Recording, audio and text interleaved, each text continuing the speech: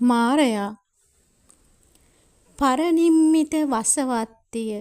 වාස භවන කොට ඉන්නේ සක්‍ර බ්‍රහ්ම සියල්ලන්ට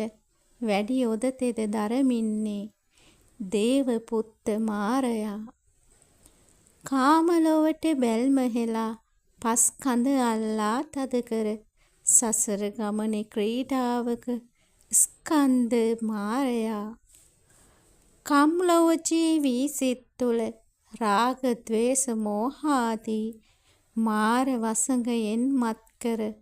ක්ලේශ මාරයා සසර ගමන අතරතුරේ පින් පව් රැස් කරමින්නේ භව ගමනට ගෙන යන්නේ